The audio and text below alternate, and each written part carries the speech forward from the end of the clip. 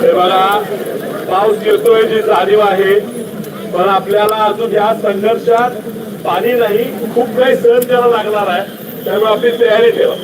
Collector आपल्याला सांगताय या म्हणून आपण कलेक्टरांच्या वेळेनुसार जायचं आणि आपल्या वेळेनुसार जायचं. थोडं पाचपण ही जमीन आपली आहे, आपल्या हक्काची आहे.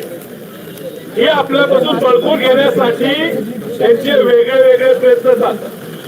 शेट्टी साहेब भाग्यनगर आणि नागेवाडी ह्या दोन गावात पहाटे 3:30-4 वाजता चोर आल्यासारखं काही ह्या प्रशासनाचे अधिकारी तिथं पोहोचले.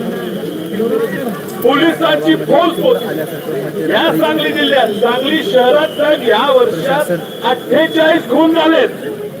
ते खून थांबवायला पोलिसांना वेळ नाही आहे, पण शेतकऱ्यांवर बळजबरी करून त्यांच्या जमिनी बळकवण्यासाठी यायला यांच्याकडे खूप वेळ आहे. आपण एक संघ राहिला पाहिजे.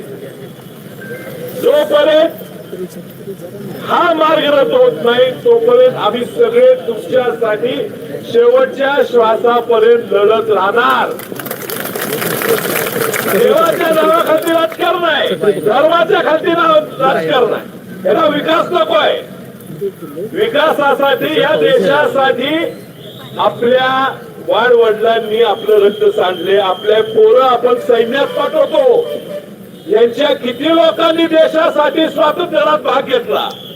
यांच्या कुणाची पोरं आज सैन्यात लढतात? ही शेतकऱ्यांचीच पोरं तिथं आहेत म्हणून हे देश टिकला. आणि आपल्याला सांगतात देशाच्या विकासासाठी जमीन द्या.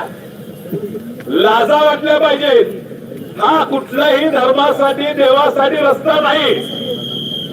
पंढरपूरच्या विठ्ठलापासून 100 किलोमीटर लांब द्यायला रस्ता, आता तुळजापूर पासून लांब द्यायला.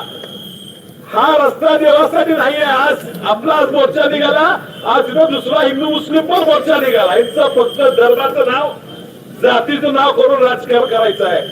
जर 1,00,000 कोटी महाराष्ट्राच्या प्रत्येक तालुक्यात विमानतळ होईल, 200 कोटी विमानतळ तयार होते. ह्याला रस्त्याला 1,00,000 कोटी घ्यायचे आहेत. फिरू देत, आमच्या जमिनी आमच्याकडे राहू देत. विमानाने आम्ही शेतकरी देवाला जायला तयार आहे. आमच्या जमिनीकडे पुन्हा डोळे उडून सुद्धा टाकून सुद्धा बघायचं नाही. हे आमच्या हक्काची जमीन आहे. विचार करा, शेतकरी संपला. आधी जमिनी दिल्या अदानीला बिल्डिंग बांधायला, अदानीला कारखाने बांधायला. आता आमच्या जमिनी पण घ्या, शेती सोडली. आपल्याला फक्त त्यांच्याकडे मजुरीला जायला लागेल. एवढ्या मोठ्या संख्येत महिला आलेत. चुकून आमचं कसं असते, पुरुषांचा जरा गोंधळ असतो. त्यामुळे तुम्ही ठाम राहिला तर आपल्या जमिनी राहतील. तुम्ही या आंदोलनात आला तर आम्ही जेवढं अडचणी आपल्या तुमच्या पाठीशी आहे एवढंच मी सांगतो. आणि आता मी विनंती करतो की मान्य जयंत पाटील साहेब माझी मंत्री हे आपले म्हणत